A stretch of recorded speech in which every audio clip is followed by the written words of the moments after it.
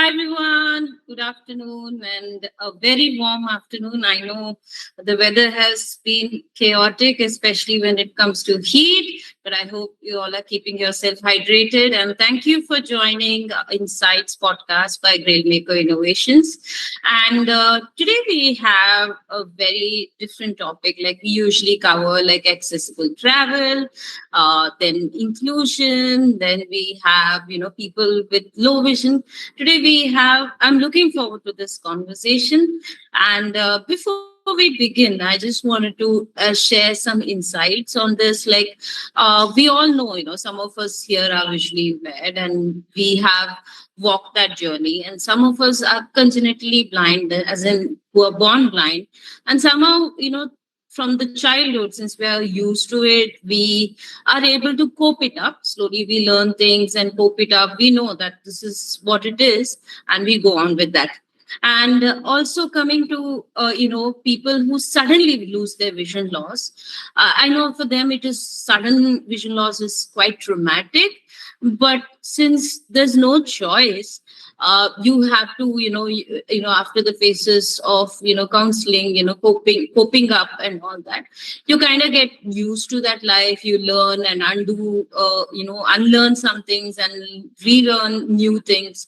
So that is what happens. But how about people who gradually lose their eyesight? I know some of you might be having, retina conditions where the doctor must have, when you were a child, the doctor must have said like, oh, you're going to lose your eyesight, very slowly. And that is a conversation we are going to have. We have our guest here, Suchita Dube, who is a DEI strategist, a problem solver, and a blogger. And you all should read her blogs. We'll be discussing about it more in the call. So, Suchita, welcome to Insights. And we are so happy that you have joined us today. Thank you so much, Aishwarya. It's really amazing and overwhelming as well at the same time. I'm looking forward to this conversation, as I think this is the very first time I'm really, coming out of from the text to voice mode and a video mode. So just as you mentioned, I'm wearing just to describe myself, I wear a pair of glasses, and I'm wearing white today. I've colored my hair a little wine red. That's more about it. I don't have very long hair, but yeah, it's to the shoulder length, and I keep it like that way only most of the times. That's my description for our colleague. I mean, our folks here who are visually impaired. So yeah. Thanks, Suchita. You're the first guest who actually described herself, and thank you so much for that. And let's start with the question, Suchita. Like, I've known you like for maybe 2 years now, and we had this moments where you did share about your vision loss. So tell us about how it all started. Like, when did you lived most of your life as somebody who's sighted, and then one day, boom, you got that news that yes, it can lead to vision loss and you have this eye condition. Could you please tell us more about it? Right. I think with most of us, I think imagination is quite a powerful element. So I'd appreciate if all of you can start imagining with me. So it's an autumn time. You're imagining a girl wearing a white frock with a red belt, absolute bob cut hairstyle, and it's a recess time. And the time when the bell rings, everybody has to rush back to the classrooms. And all of a sudden, the teacher comes in and she's like, everybody just form a line. And we're taken to a medical room. And this is the first time that people from grade 2 are taken for a medical checkup. And it was my turn, uh, where they told me, okay, put your right hand on your right eye. I said, okay, and read what's there. Probably I thought that maybe grade 2 people know how to read alphabets and other things better. That's the reason why we're having that opportunity to read it. But yeah, that was the first time. With left eye, I was able to read it perfectly fine. It was clear 6 by 6 vision. But when it was the turn for my right eye, um, it was something which I could not read. Um, it was very blurry, and that created a commotion in the room. Um, Everybody was going in, moving out, going in and moving out. But I was the only one who was made to sit on the bench. And then were called my parents. There's something wrong with your daughter. Um, and I think that's where the journey actually began. Um, Mm. the doctor trips. I think so. I come from a hometown. My hometown is Agra. And I think we haven't missed on any doctor in Agra whom I've not visited. When Agra was done, we moved to Delhi, and eventually, one fine day, one of the doctors did try to, assess the eye in depthly. That what is wrong with the right eye, what exactly is going wrong, and suddenly, he gave up. He kind of gave up, and he said that this is non-reversible. She is eventually going to lose. It's complicated cataract. They have no clue how it is happening, why it is happening, what are the underlying issues. And this is something that I'm referring to back in 2001. And I was 7 or 6 years old at that point in time, not pretty old as well. So yeah, eventually, and then when it comes to a lot of people, that you're a girl with a disability that you've just discovered, people tend to struggle a lot, especially when it comes to family. So I mean, then there were more trips that maybe this doctor might help, that doctor might help, heard about this one, and then there are multiple people who'd come and say that, oh, this guy got fixed by this doctor, you should visit this one. So yeah, that's how I think, to me, I was quite okay being a young child because I was able to see with my left eye. And I, being young, you can't even detect the fact that your right peripheral or right eye has lost vision. So to me, it was fun time. I was enjoying. Only the thing was, I was not liking the hospital trips, doctor visits, constantly putting your face to that machine, and those harsh lights that really hit your eyeballs. The dilation was something that was, of course, very, very painful, because after dilation, you can't study. And you really are, you're really a good studious student, but all of a sudden, with these things, you're kind of gradually, degrading. Your whole essence is actually, getting lost. So, yeah, I think that was the initial of my one eye vision loss. And there was something back then, it was called black tea eyes. So I kind of started writing at that point in time. Third grade, I think I started writing, and I called Wow. myself girl with one eye. So yeah, I was very happy flaunting it at back then. Um, yeah, it was cool back then for me that I have one eye, and I used to also consider myself to be Arjun from Mahabharata. And like, if you have to really do some fisheye thingy, I think that's the one eye thingy only. So yeah, that's how I discovered that, yeah, there's a vision loss that's happening.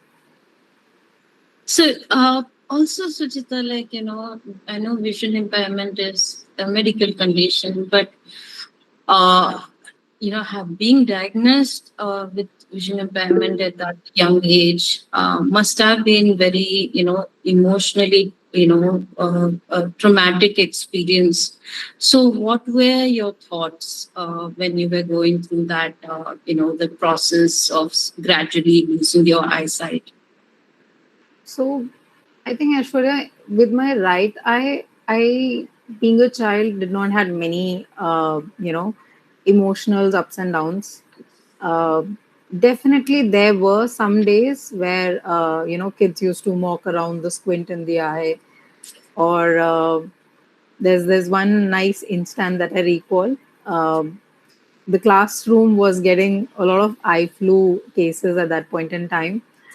And one fine day, kids were sent back home, and one of these kids' mum, she kind of blamed me for causing eye flu, and she kind of really, slapped me that day very inappropriately. She came in and slapped me, and she's like, "It's all happening because of you." And I'm like, "I'm clueless," and it's just that I did not catch that flu at that point in time because I was having these dilation, other medications still going on. So I mean, eventually, I think those were the reasons why that was securing me. But I think that was an emotional turmoil at that point in time as a child, that you don't know what exactly was your fault, or did you do something.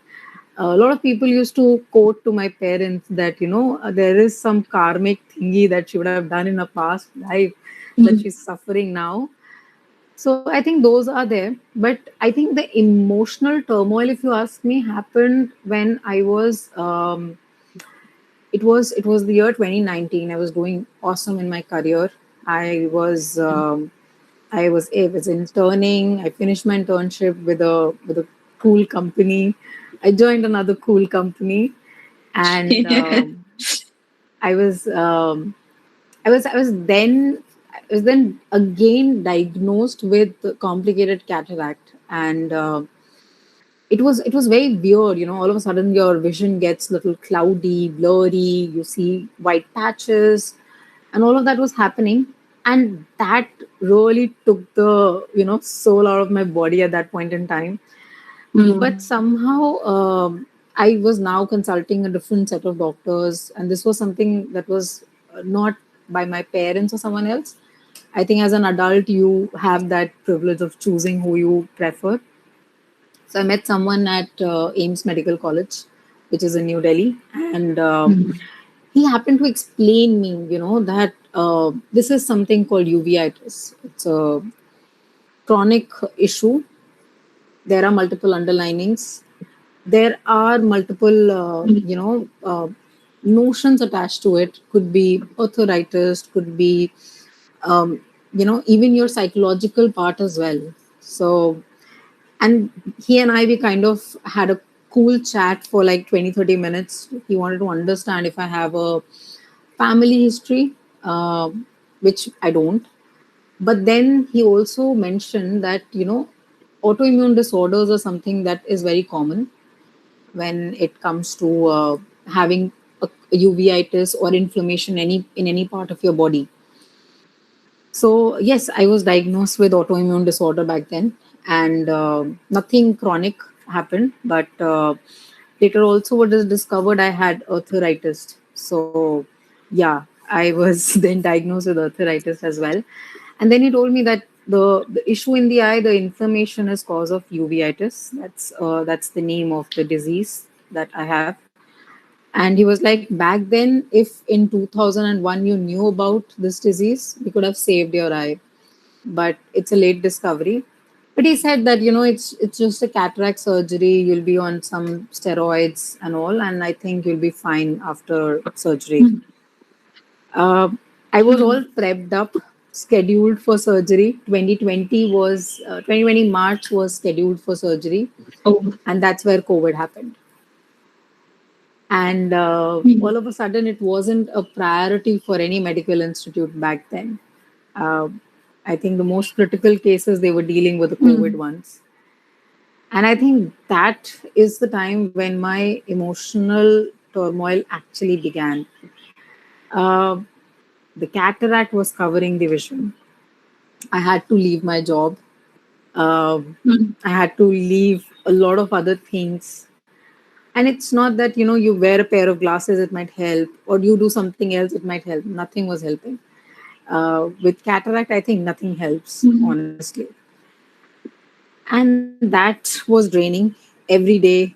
You don't want to wake up, you want to keep your eyes shut. And I think that was breaking me a lot from within. It was like it was a very difficult situation, I'd say. And that too, I was with my family. So, I don't tend to evolve very much when it comes to verbal communications.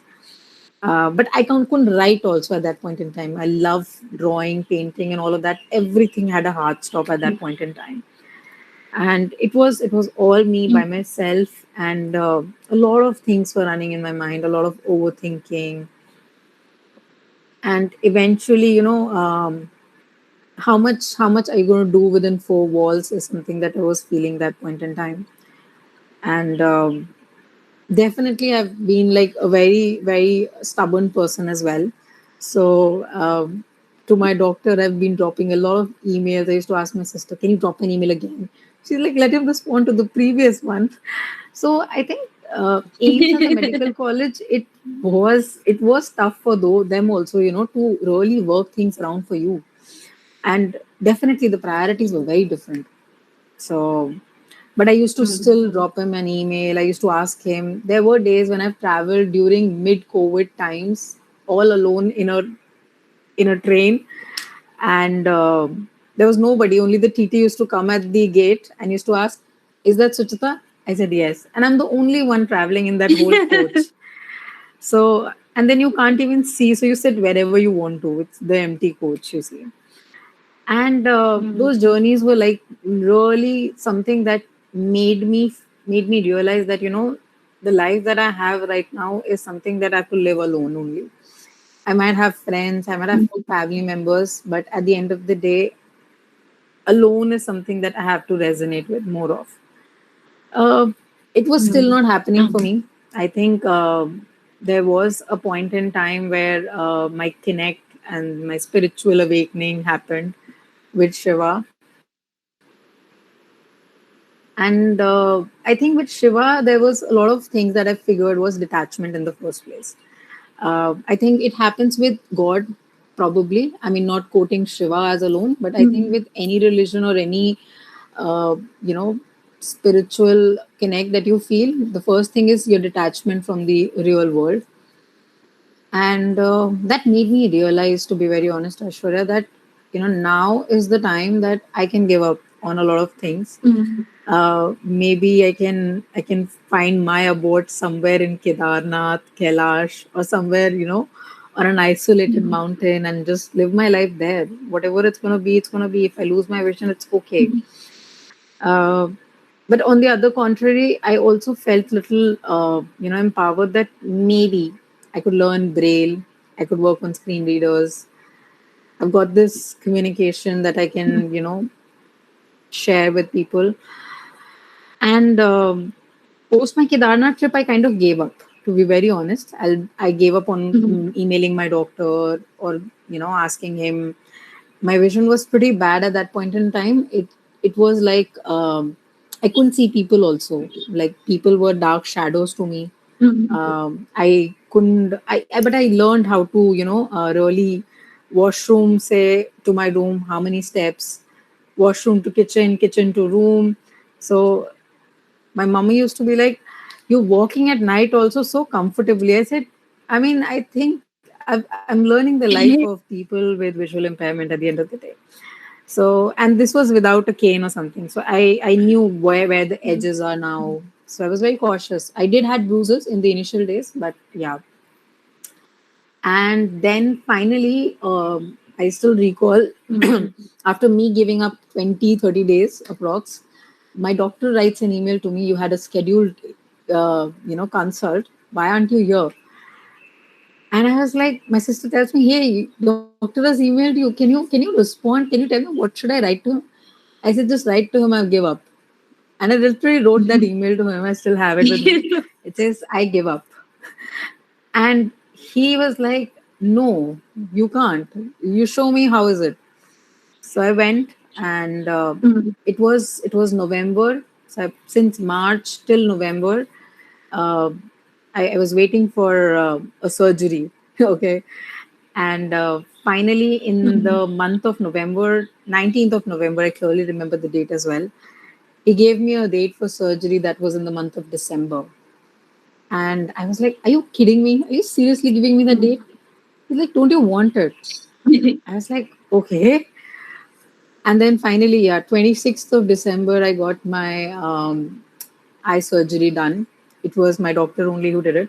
Mm-hmm. And I think that's what I also call it as a drop to zero. Because, if you look at the graph, which you used to work on, there's y-axis, x-axis, there are positive, there are negatives, but there is a point that is zero.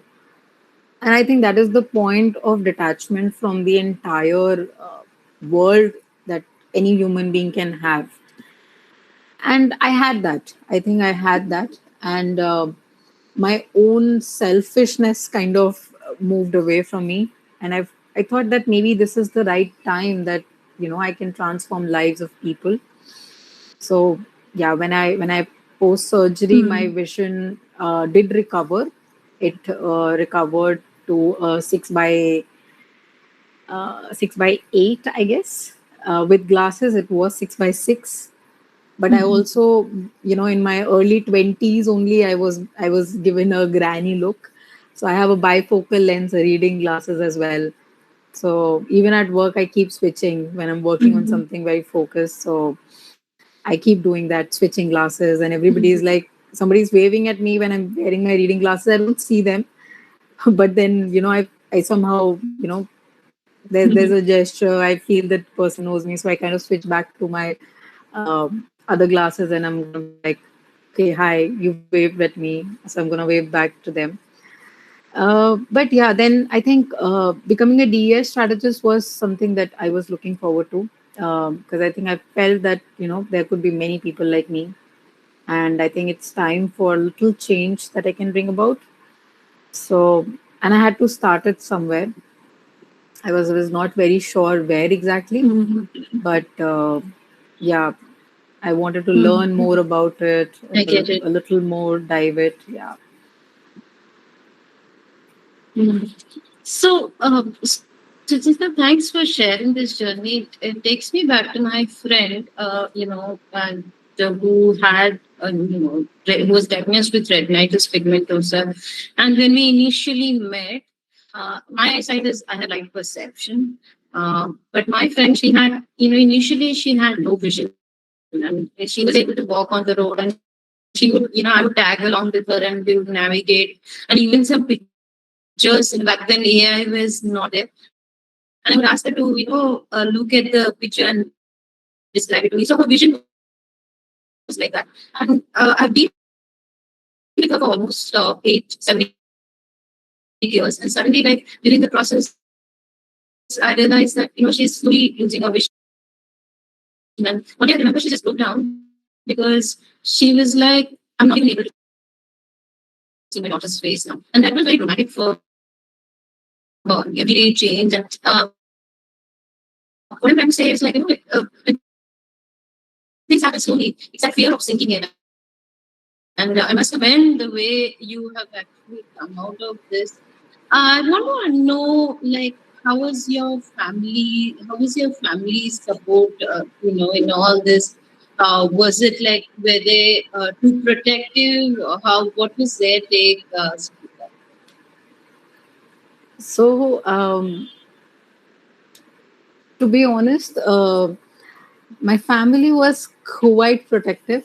Because there is this notion in our society that girl with a disability, oh my god, it's a big thing for people, society. And the kind of background that I come from, I'd say that my grandfather is a retired scientist. And then his kind of circle, people that he engages with is it's a very classified group of people who would always look forward to fixing most of the things. So that instinct is with me as well, but from a very different perspective. So definitely, I think I had my uncle, my father's brother. My Delhi trips usually, every Monday, I used to skip my school and he used to take me to Delhi, to Center for Sight and to other medical hospitals.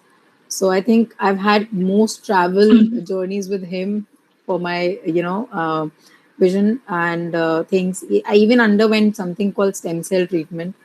It was something that has made me so prone to of getting those needles every day. So yeah, I think it was very protective environment, I'd say, in the first place. But there was a time, when you know I was into my 10th grade, and my mom felt that, maybe if there's no vision, if we couldn't fix the eye, it's okay. But what's important is that education should not stop. So she kind of really stopped all my medical trips, travel, everything. And she told me, you have to focus, you have to get good grades, study enough that, even if tomorrow you don't have vision or you entirely lose it, I don't want an uneducated person with a disability in my house. I want you to be having that independence. And I think, yeah, that was a right decision, I'd say, Aishwarya, because I think skill is something that takes you anywhere, irrespective whether you are a person with a disability or without a disability. At the end of the day, skill matters. So my mom literally did not pity me in the first place, I'd say. And I think she's always been someone who's going to be pushing me to the fire. She's like, oh, this is not work. Oh, this will work it out for you. So you go. I mean, I think being a single parent, so she has been, very into person as well.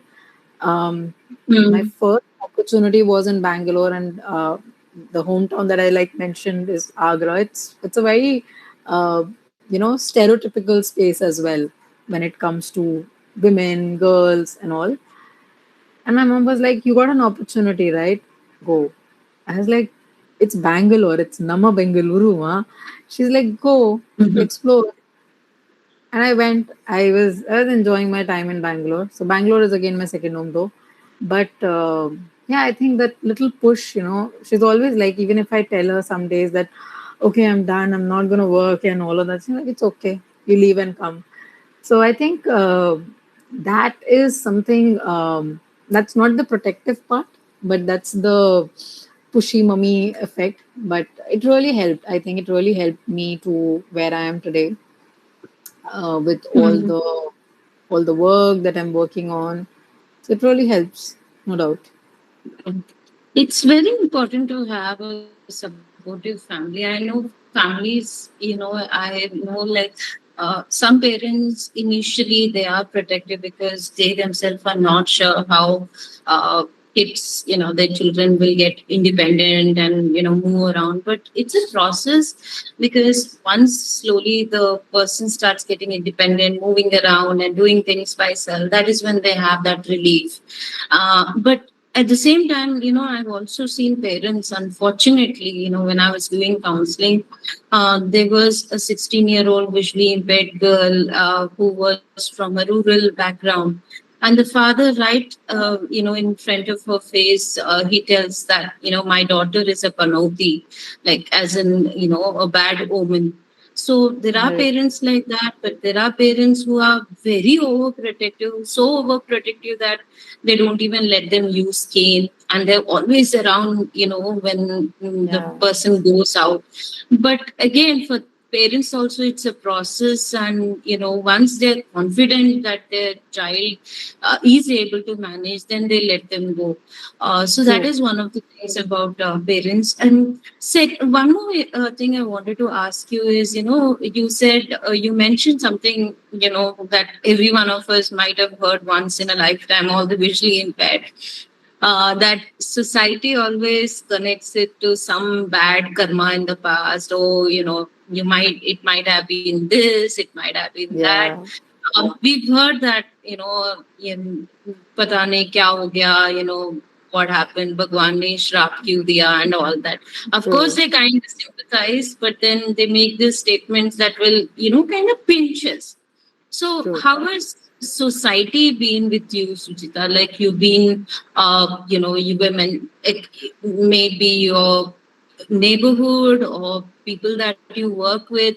How has things been in general? I mean, when you're traveling or when you're going out, how has society been with you when it came to your vision loss? So till the time, I think if I start with my school days, of course, it was a lot of bully, to be very honest, because of the squint in the eye. I had a very limited set of friends, and I think that was one of the major reasons why writing was also my other set of friends. Because at the end of the day, I had to tell someone something about what's going inside my head. So yeah, school was something which was not sensitized. Even the time when I got my UDID, I was not happy about it in the first place. I was like, I am not a person with a disability, because my understanding for disability was that somebody who's on a wheelchair or somebody who has, a cane user or a deaf person. So even my learning was very limited, to be very honest. And I think I got it when I was in ninth grade, or I think 10th grade itself. But I was never happy about it. I never even wanted to keep that somewhere with my usual documents that I keep. I've always kept it somewhere very off, that nobody sees it, nobody knows about it.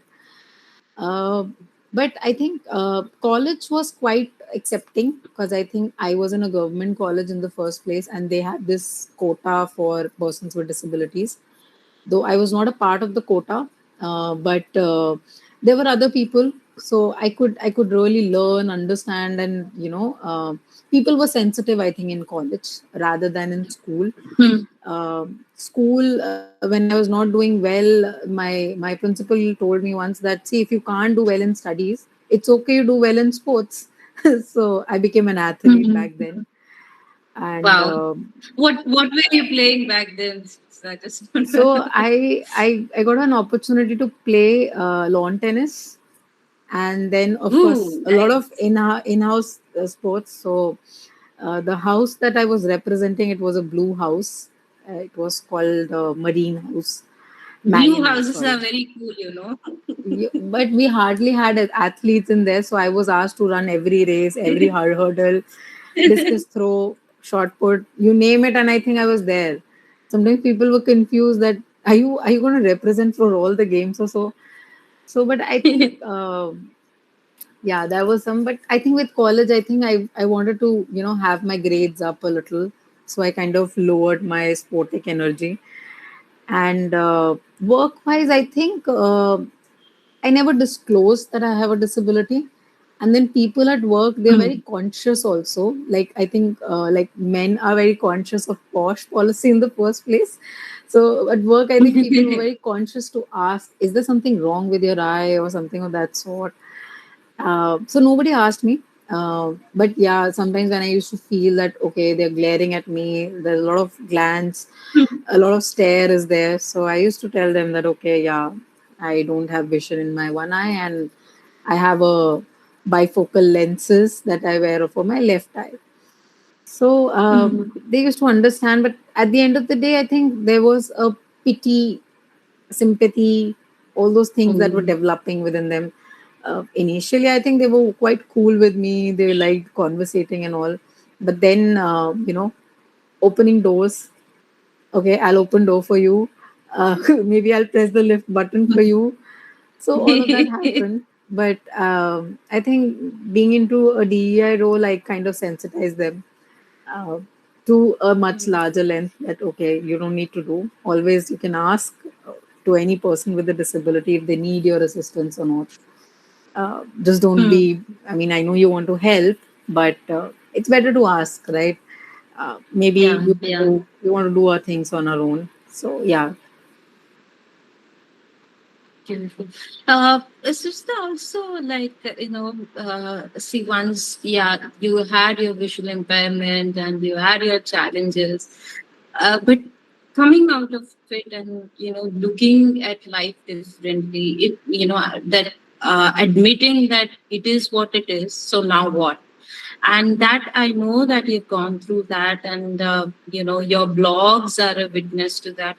Could you tell our listeners, our viewers, about your blogs? Because I've read some of the rawest I'm using the word raw because I really felt that it were in its the blogs were in its rawest state. So could you tell us like when did you wanted to write your visual impairment experiences there and more about your blogs, please? Right. So I think the time when I was writing the blogs, it was before. I mean, the thoughts were there during my entire, first stint when my left eye was also diagnosed with cataract. So there were multiple thoughts, and I had no space to share it out. So the moment I got with my vision back, I think I started writing. And since digital media was more prominent forums, and somewhere or the other, I also was little closeted, I'd say, when I was writing. So I was like, blog? Who would read a blog? So it's okay. I'm gonna write it. So I wrote my first drop to zero of my journey of my first complicated cataract surgery and everything. My journey with Shiva, how spirituality changed things, and all of that. So I think that's where I started writing. 2021, I started writing. I clearly remember. So whatever was coming in my mind, I was thinking that nobody's reading. So I was like, if nobody's reading, it's just going to be a placeholder somewhere. But then I think my drop to zero first stint was something which was viewed like crazily, and I had no clue. Uh, but the second drop to zero, which I recently had, like a month ago, I developed a black patch in my vision, and it was very awful situation for me in the first place, because my doctor stated that there is two veins in my retina, and both of them have bursted from two ends. So, and there is a fluid leak that has caused this black patch. And I was like, and why is that happening? He's like, one is stress, and the second one is your, lack of sleep. I agree with the fact of lack of sleep with the kind of lifestyle that we are into. Definitely, none of us might be able to secure that 8 to 9 hours of sleep. But stress was something that was very questionable. I mean, I honestly got stressed of the fact that what is that stress that's bothering me in the first place.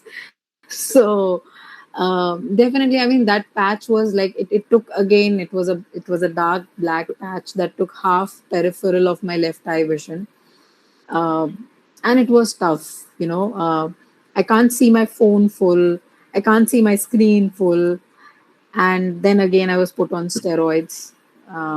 I was also declared that I have a type A personality. At that point in time, a doctor says you're always in a rush mode. I really you know I really went behind his life just to have that confirmation from him. And I think the only relief that I got in the later days was when he said that your mental health is your problem, your eye is my problem. And I think it was a very big statement for my doctor to say. And I think that's where I started, working more on myself. Because I believe a lot of people don't share things, they keep it to themselves. And then I think going to a therapist is also very stereotypical these days. Taking therapy is like, oh, you're depressed, oh, you have mental stress, and all of that stuff. So that develops eventually.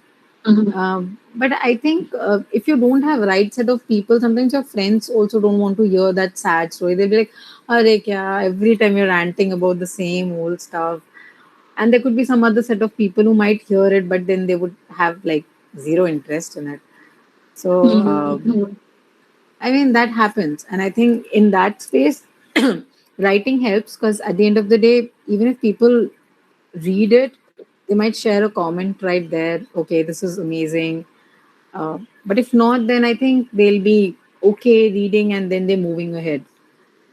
So yeah, I think started in 2021 and still continuing. I'm looking forward to writing more. I have a lot of drafts still in place. which I'm thinking of, furnishing and cleaning up very soon. And then I think I should be posting it. Please do share your blog things, Absolutely. here in the chat also, Suchita, because our viewers will be very interested to read them. So, after a couple of quick questions, I would like to open the Q&A for the audience. So, you can raise your hand, and we will, open the platform for you to ask questions. So, Suchita, two quick questions. One is, if you were to write a letter to your younger self, because what we see you now and back then, I'm sure there's a big change. How the way you initially Right. took things. So, what letter would you write to your younger self? Okay, that's a tough one. Um, but I think I would just, I mean, I think I'll just write, you'll just do fine. Don't care to what people say or do. Um, you and your company are going to be awesome. So just enjoy and be carefree as Wow. much as you can. Thanks for that, Suchita. And one more quick question is, what's that one thing that you would like to change in general for visually impaired in the community? It can be anything. If you had the superpower to change that one thing, what would you change? I think I don't feel that I need to change anything in the first place, but I think I would I would want people to embrace them the way they are, rather than putting their notions and assuming things around them. I think we are all human beings. It's just that I might have a long nose and you might not, different ear, or different set of hairstyle or different set of hair textures. We are all at the end of the day human beings, right? So our approach should be more of human centric rather than, because I think, Ashwarya, the way you communicate, I communicate the same way. uh, Maybe you just like mangoes and I like bananas. So it's different perspectives. At the end of the day, you're doing fine for yourself, I'm doing fine for myself. We have our own cute spaces. Challenges, I'd say, it comes to everybody. It's like a person who's living his life very fine at this point in time might end up having some hypertension issues, heart issues. Uh, a situational Hmm. disability might end up to them as well. So I think Hmm. it's very okay, because eventually, with my experience, I've realized that uh, we kind of evolve very quickly with things. Because even if back then in 2020 I would have lost my vision completely, I'm certain that I would have evolved with blindness, or would have been you know doing fine differently. And I think it's Hmm. the same thing. There's hardly any difference that people would see around it. But I think Hmm. people just should change their perspective and mindset around it. Um, I think we're done Absolutely. with sympathy part, but I think empathy is still fine. But sympathy, I think, at least I have never been okay around it. So yeah, I think that's my answer for the tough questions as well. Thanks, Suchita. Thank you. Okay, so we still have 1 minute for the question and day to start. So you have shared your journey, Suchita. So what's that one thing that you would want to leave our viewers with? Because some of us have already been there, done that, have gone through this, but some quietly listening to you may be having those apprehensions. And what's your message to them? Uh, we've always heard this. It's just a copy paste, I'd say. Life is short. So if you're thinking that, if you even if you get a notion in your mind that, okay, maybe I'll do a bungee jumping tomorrow. If the thought is also coming in your mind, just do it because it came to your head for some reason. So just do it. I mean, people keep on tend to thinking that okay, this is something that I want to do tomorrow, or this is something after day after tomorrow or something. Just do it. If it is in your head, if it has come, if it has knocked your head once, just do it because there's no going back from there. Life is short, Yeah. definitely. I agree. Be vocal around it. I think what's the last thing that could happen, even before entering the room, Ashwarya. Very honestly, I'd say I was very nervous, but then I told myself the same thing that what worst could I do? Goof up, right? That's okay. Mhm. I might end up to you and say, I'm sorry, Ashwarya, I goofed up your podcast, but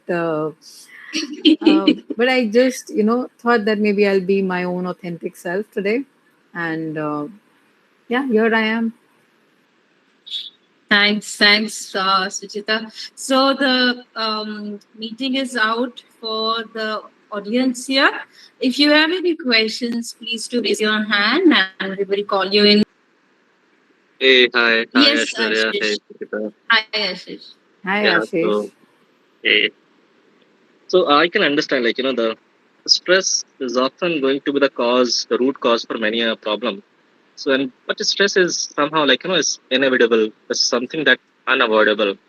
So, how are you going to manage any upcoming future stress? Because that's something going to happen. I know one of the way most of the folks follow, they practice is detachment. Though they, everyone keep engaged with something, but they always at the same time keep a detached state also. So, but if it is so, then how are you practically practicing any such things that is helping you in stress management? So, Ashish, to answer that, I think the only thing that I'm practicing right now is being my own authentic self, focusing on my things that I like to do, keeping myself very occupied with those specific areas.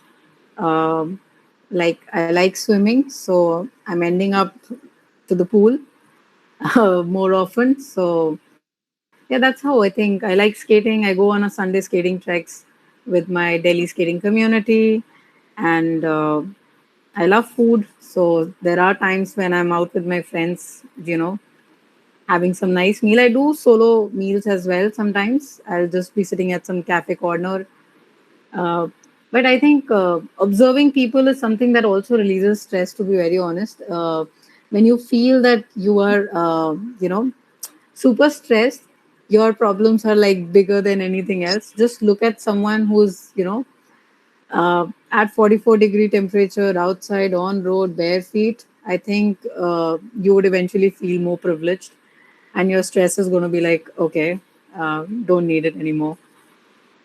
I hope Ashish I answered. That's really insightful. Thank you. Thank you for that question, Ashish. Anyone else who have your questions? Roshan, is anyone's hand raised? Yes, Nikhil, please go ahead. Hi, Aishwarya. Thanks for pulling together this session. Really appreciate it. And Suchita, thank you for sharing so candidly with us. Thanks, It's Nikhil. very enlightening.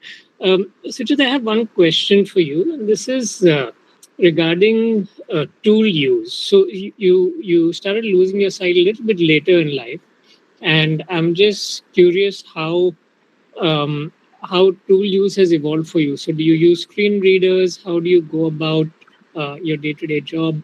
And then also mobility-wise, are there specific things that you started adapting to over time? So, Nikhil, to be very honest, initially, of course, I started using screen readers because I could not undergo the surgery and other parts. But post surgery, I was able to have a clear vision, I'd say. And but yeah, there are gaps like while if I have to drive, most of my accidents on road happen on the right side only because my right peripheral has no vision. There are times where at work when people come and stand on my right hand side and I couldn't realize that they are right there. So I think those are some things. But now I think with the kind of sensitization and all, I just tend to tell people that probably left side could be your side, although you are right. So yeah, that's how I do it. Um so technology wise, I think NVDA, JAWS, and something is I've explored. Uh, but now that I'm into a DEI role, I still keep on exploring different tools for other people with disabilities. But for myself, I don't require any tools. I am just doing fine without tools. Okay, glad to hear that. Thank you. No worries. Thank you. Thank you, Nikhil. Thank you. Anyone else? Roshan? Or are there any chat messages? Any comments?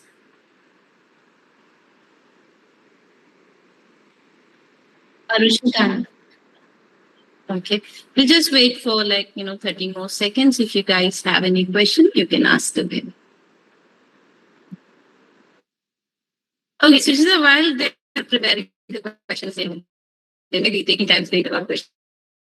So what's the craziest thing, the funniest, craziest thing that happened to you in regard to your vision or something positive, you would like to share with us? Because for me, with my vision loss, I've had days where I've gone with, retro color clothes, like, some other color trousers and some other color pants. And then I had to convince people, hey, what, this is fashion.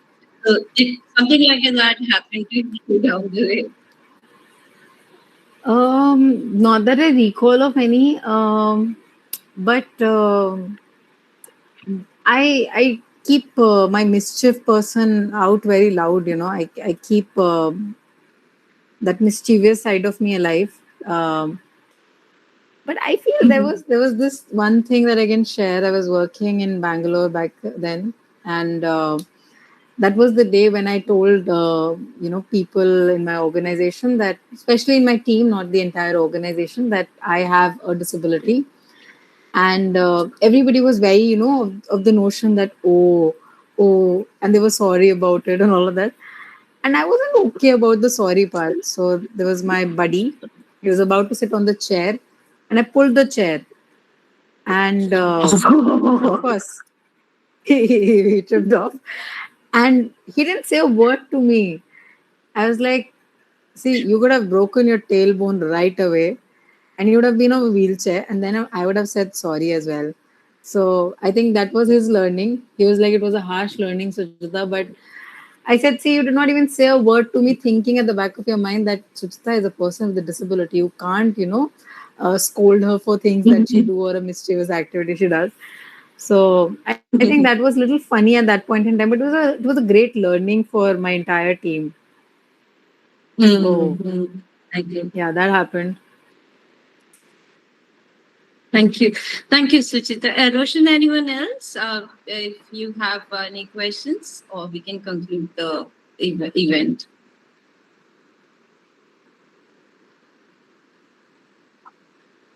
Okay. So thank you so much, Suchita. It has been a great journey. I know I've heard from you, many times about your loss and your journey. And every time I listen to it, it's like I get to know more.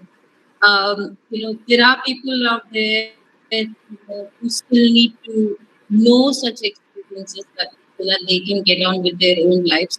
Thank you. Thank you so much for being a part of this meeting. Thank you so much, Aishwarya. Thank you so much, everyone, for listening to me patiently.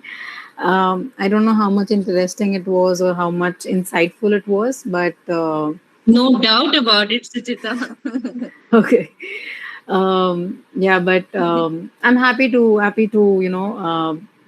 this conversation with you, Aishwarya. It was really amazing. Thank you for really choosing me for this one. I look forward to having more insights if you can give me offline. I'm always looking forward to learning Absolutely. things from you. Thank you. Our pleasure, Suchita. So, guys, we do this podcast, Insights podcast, once in a month, and we bring up different topics like accessible travels, relationships between, visually impaired and parenting, with as somebody who's visually impaired. So if you want to get these messages, we have a broadcast list, and we can. I request Roshan to share the number on our YouTube. These podcasts are also available on our YouTube, so you can follow us on YouTube to get these podcasts from there as well. And the number I would like to actually announce, it is 8520-818879. I repeat, 8520-8881. 8879. So you can just message to this number that you'd like to be included in the podcast, and we will add to that. Thank you so much, all of you. Have a rocking weekend. We'll see you soon. Thank you so much, everyone. Thank you, Aishwarya. You're welcome.